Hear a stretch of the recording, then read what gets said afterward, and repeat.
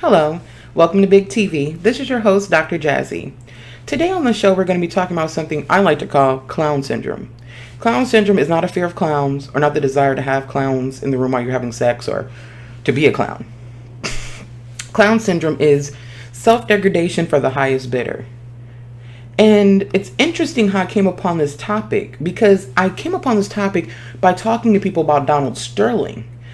But being an anthropologist, I think constantly about the connections and the links between society's evolution and mental stability and mental, content.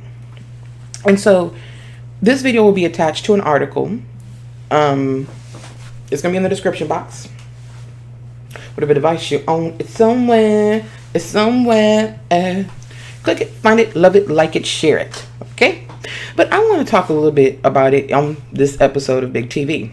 So, this is most prevalent amongst minority groups, or it once was. I digress. But what I've also found is that it's for people who are part of a group that is understated, underrepresented, people who are anyone who is trying to buy their full citizenship into American culture. For a lot of us, we feel like we're still on the Cotton Club stage, not allowed into the crowd to watch, but at some level we don't care as long as we're seen and paid. Because we believe that if we have enough fame, enough status, and enough money, we will gain our citizenship in America. It's like the 99% and the 1%, right? See, the 99%, we rail against that 1% because you people are bad people. Bad people. Donald Sterling, million years old, with a 20-something-year-old mistress. Bad man, you're a bad, bad, bad man. He's a million years old. He went to preschool with Jesus. So, what can we expect from him? Really, except for that's what he grew up with. We would hope that he's evolved with time, but obviously he hasn't, right? And in a lot of ways, I believe that people like him who own basketball organizations, teams, really feel like it's their plantation and the basketball players are just picking the cotton, making their money. There are a lot of white people who own basketball clubs. There are a lot of black people who own basketball teams, and they don't feel the same way. But apparently, obviously, blatantly from his own statements, that is how Mr. Donald Sterling feels. So, I'm not going to take anything away from him that was spewed out of his own hatred-filled mouth. So, but we have to understand that if they see us as coons, and coons are not just black people, coons are not just people who have extra pigment in their skin, coons are also people who they feel are beneath them. No matter how much money you have, you will always be a coon if you get it that way. Prime example, Kim Kardashian. Kim Kardashian got famous for fucking Ray J. But when it came out, they didn't say Ray J.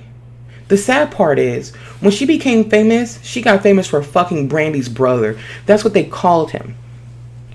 Then she went to the butt injections and all the other plastic surgery. She's trying to look a little Thundercatish now, right? So, she's never going to be seen as more than that. No matter how, it's going to take a lot of image scrubbing for her to move above and beyond being that girl. I mean, there's a lot of people like that in society. It is not just about, you have money. They don't care if you have money. Let me explain something to you. You could have been like the Kennedys and got your money through bootlegging, and that will be fine. Get your money by being a whore, and you're not Republican or you're not from like a really wealthy family. Hey, you're shit out of luck. But in the bottom of all this, I don't want to be fodder for people like Donald Sterling anymore. I refuse to give him anything to even quibble over. You have to be like Glenn Beck and make up reasons for your hatred. I'm not going to give you reason for it.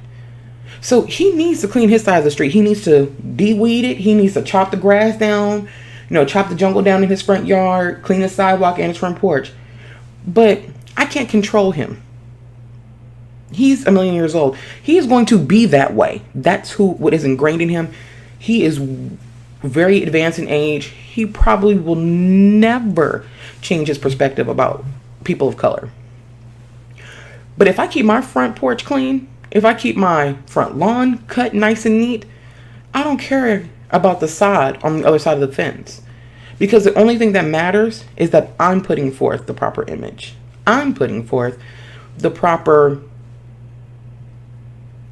display of what I want. You know, I'm tired of tap dancing. I'm tired of being a joke. Because sometimes it feels like no matter what you do, they lump you into everybody. Just like white people get lumped in together. It's not fair. It's not right. Stereotypes suck. But what are we as individuals going to do about it? That's the point. It's not about us waiting for them to change their premise. It's about us changing our own premise of ourselves first. We have to do better before we can expect anybody else to do better. We have to stop reaching over and locking our doors when people walk by. We have to stop buying into the stereotypes about ourselves. Because if we don't, guess what? They won't quit saying them. They won't quit spewing them out. Think about this. What if Barack Obama would have fell into the stereotypes and the bullshit that they put him through in his first term? Miss Orly Tates, who's not even from America, but questioned his birth. Then when that failed on her, she tried to say he was committing Social Security fraud and didn't do the selective service. And what if he would have folded and stooped to their level? Or if Michelle Obama responded to every stupid, idiotic, moronic thing that's put out there. Hillary Clinton, Bill Clinton.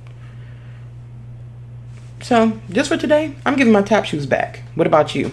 Leave your comments and thoughts in the comment section below. And on some devices, it's to the right.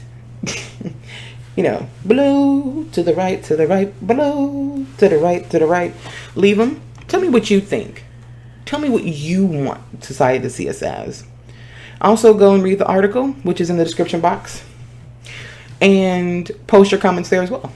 Share the article, share the video, and together we can grow. As always, I want to wish you love, peace, and pragmatic evolution. Like it, love it, share it, comment, go.